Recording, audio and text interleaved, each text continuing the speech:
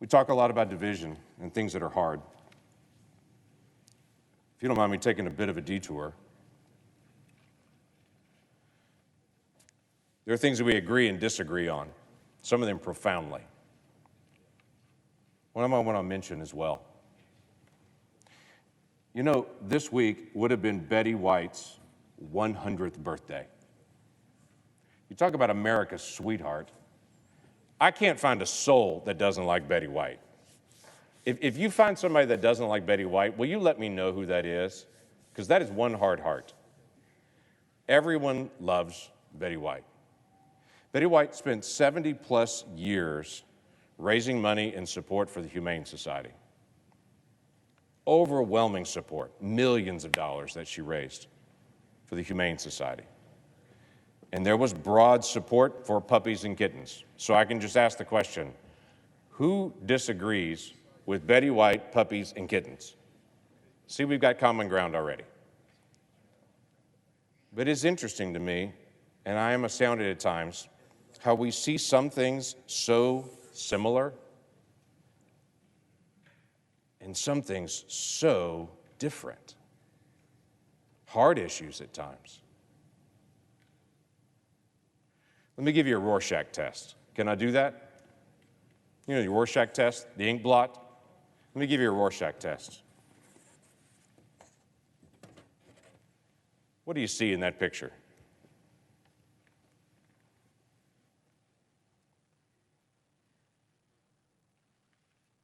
I see a child when I look at it. That looks a lot like a baby to me. Now, you may look at it and say, I don't see it. I see a castle, or I see clouds. But in this particular Rorschach test, happens to be a modern sonogram of a child. Why do I bring this up? Why do I bring this on the floor today? It is fascinating to me on the debate today that as a Republican, I can be accused over and over of not caring about the challenges of voting in America, when I'd be willing to ask the question, does this child get to vote 18 years from now? Or does she get disposed of? What happens to her? I do believe every life matters. No matter how old or how young, how small or how big, regardless of race or color or national origin or sex or ability, all people have inherent value. All people have worth, and all should be protected in America. This is the United States of America. And that child matters. 49 years ago, the Roe v. Wade decision was made. It's coming up this Friday, is the 49th anniversary, actually. It's why I bring it up. There'll be tens of thousands of students out on the March for Life. It'll be an absolutely spectacularly beautiful display of dignity and value of every single human life. In 1973, just a few months after that decision was handed down, Nellie Gray and some other pro-life leaders like the Knights of Columbus and other groups, they decided that one way they could continue the national dialogue about children was to march for life until Roe v. Wade was overturned. And I'm going to march with them again this year. And it'll be freezing cold again this year, like it usually is in late January. Lots changed since 1973. Science has changed the conversation on abortion, where it used to focus on cells and tissue and viability. Now science recognizes that babies can feel pain, have a beating heart. That child already has fingerprints, in fact. By that age right there, already has fingerprints. By conception, that child had DNA that was different than the mom, different than the dad. Every single person in this room was once in your mom's womb. And the only difference between you now and you then is time. That's it. And I'll be very blunt, my greatest hope is after 49 years, this will be the last March for Life in a Roe v. Wade America. That this will return back to the states to be able to make decisions. And my state will step up to this Rorschach test and will say, that looks like a baby to me. And we'll start protecting the value of every single child. We brought bills to this floor that have been filibustered. Bills on conscience protection. Just given the rights of a nurse who told her employer, I don't want to perform abortions. I have a conscience issue with that. Then was hired, and later her hospital said you have to participate in this abortion.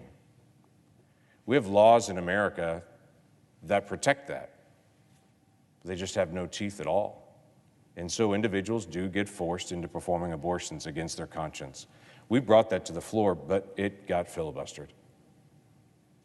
We brought to the floor the protections for children in the womb that have Down syndrome, that they couldn't be aborted simply because they have Down syndrome, but guess what? It got filibustered and blocked. We brought bills to the floor saying that if a child was actually born alive in a botched abortion, they had to get medical care. But it got filibustered and blocked. By the way, I wish the people in this room had the opportunity to meet some of the folks that I've had the opportunity to be able to meet that are abortion survivors, because I hear from people all the time, that never happens, that never happens. I'd like you to meet some of them that literally survived a botched abortion, that they were delivered alive and someone in the room took them to the hospital in their own vehicle, usually, and survived. I wish you had the opportunity to be able to sit down with Dr. Alveda King, niece of Dr. King, who's a great the daughter of Dr. King, who's a great civil rights leader, and yes, the niece of that Dr. King you're thinking of, who's an outspoken proponent for life and speaks often of grace to people. I wish we had the opportunity to be able to talk more about chemical abortions and what's actually happening in that industry, where people are literally being mailed drugs from all over the world to be able to perform an abortion at their home or their dorm room or a hotel room, where this child is being delivered into a toilet and flushed, and where we have a much larger incident of deaths of moms on chemical abortions than there is on surgical abortions. And the statistics that have been kept, which, by the way, were blocked from being kept other than just deaths, from 2000 to 2017, 3,800 what they call adverse events from chemical abortions that had occurred. Why do I bring all this up? I bring it up because this week we're going to remember 49 years of Roe v. Wade. And we're going to start a dialogue in the days ahead about how states are going to handle life and what that Rorschach test is. Is that a baby or tissue? And we'll have to face that reality. I bring it up because it's a rare moment for us to have a real bipartisan conversation today. As the body knows, it's not often we all sit in our chairs and actually talk to each other.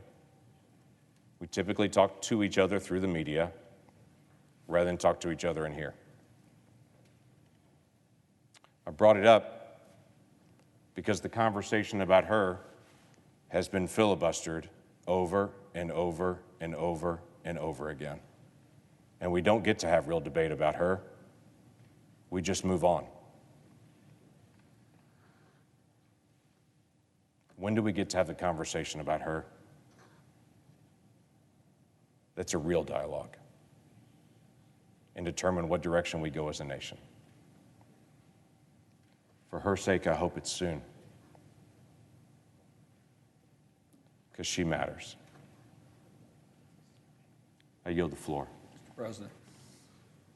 The senator from Maryland.